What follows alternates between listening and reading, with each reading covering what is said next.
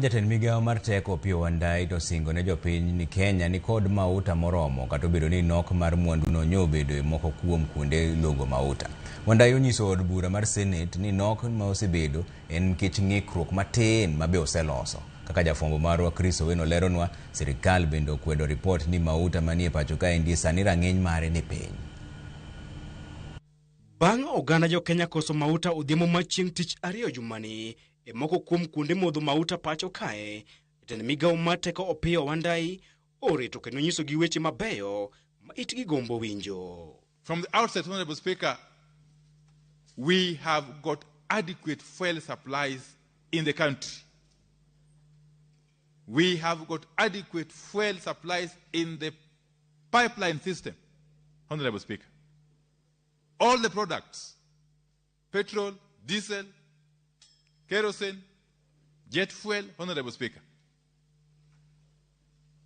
And this has been made possible, Honorable Speaker, that in spite of the challenges that the world is going through, especially following the turmoil in the Middle East, this country has been lucky to survive that turmoil on account of the very robust government-to-government fuel importation system.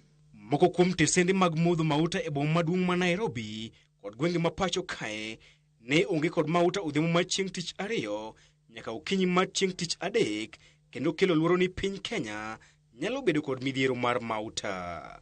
Kata kamano, Wandayi mane chiwo twak e nyim od bura mar Senate osingo ne jo Kenya ni midhiero ma kamano ne okel kod chochni chenro mag mauta, wach ma sirikal oseloso omiyo kik gibed kod kibaji kata matin. But having said so, the latest challenge that was experienced yesterday and part of today was occasioned by a technical and administrative hitch, which we have since resolved. That hitch curtailed the normal uptake of fuel by some of our oil marketing companies.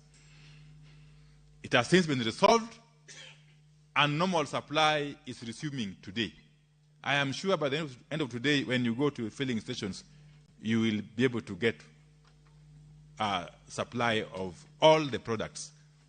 Wandayi omiyo jo Kenya geno ni kata lweny madhi nyime kind piny Amerika, Israel kod Iran olandore, piny Kenya ok idhi bedo kod midhiero mar mauta.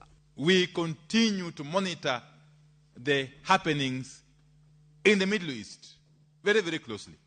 And we continue to engage very, very closely with our international oil company suppliers, the IOCs, together with their local agents, that is the oil marketing companies that work with them closely. And we have got no doubt, as a government, that even in the worst case scenario, this country is not going to suffer any fuel shortage. Ewi chenro mar sirikal mar Kenya kod Uganda gero factory mar luoko mauta e piny Tanzania, Wandayi lero ni piny Kenya dhi golo kwan matin mar mauta ma ok nyal ger ne factory ma kamano pacho kae. Petroleum economists tell us that you need some 300,000, 500,000 barrels per day to be able to run viably a refinery. And therefore, that informs the reason, that informs the justification, that informs the basis for the plan to establish a refinery in Tanga that will serve not only Kenya, but will also serve the other neighboring countries. Chris Owino, Ramogi TV,